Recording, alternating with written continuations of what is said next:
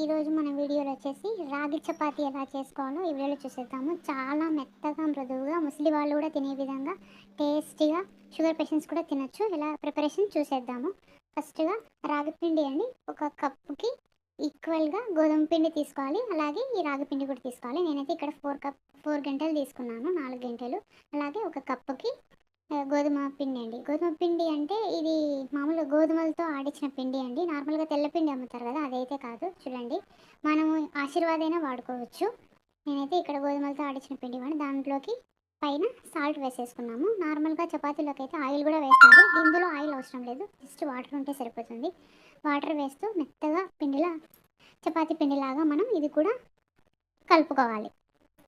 చూడండి, వాటర్ కొద్ది కొద్దిగా పోసుకుంటూ మెత్తటి ఉంటలాగా కలుపుకోవాలి. చూడండి ఎంత బాగా ఉంట తయారైపోయిందో. చూడండి, జస్ట్ అలా ప్రెస్ చేస్తేనే చెయ్యి లోపలికి వెళ్ళిపోతుంది. అంటే కరెక్ట్గా సరిపోతుంది మనం చపాతీ చేయడానికి.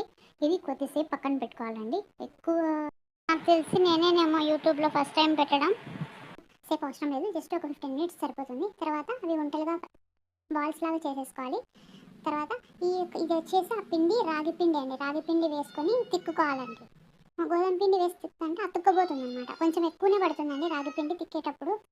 ఎందుకంటే తక్కువగా వేస్తే కింద బండకి అంటుకుపోతుంది అనమాట. అందుకని ఎక్కువ వేసాము. తర్వాత ఆయిల్ కూడా చూడండి, నేను ఒక స్పూన్ కూడా వేయక వేసాను.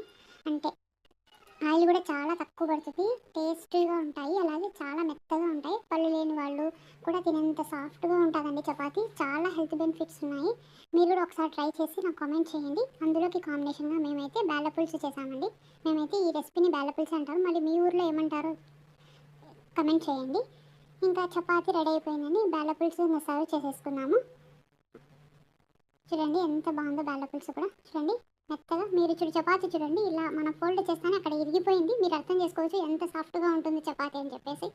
చాలా అంటే చాలా హెల్త్ బెనిఫిట్స్ ఉన్నాయండి. బోన్స్ స్ట్రాంగ్ అవుతాయి, అలాగే హెయిర్ ఫాల్ కంట్రోల్ అవుతుంది. డయాబెటీస్ పేషెంట్స్ బాగా తినొచ్చండి. ఇంకా మీకు ఏమైనా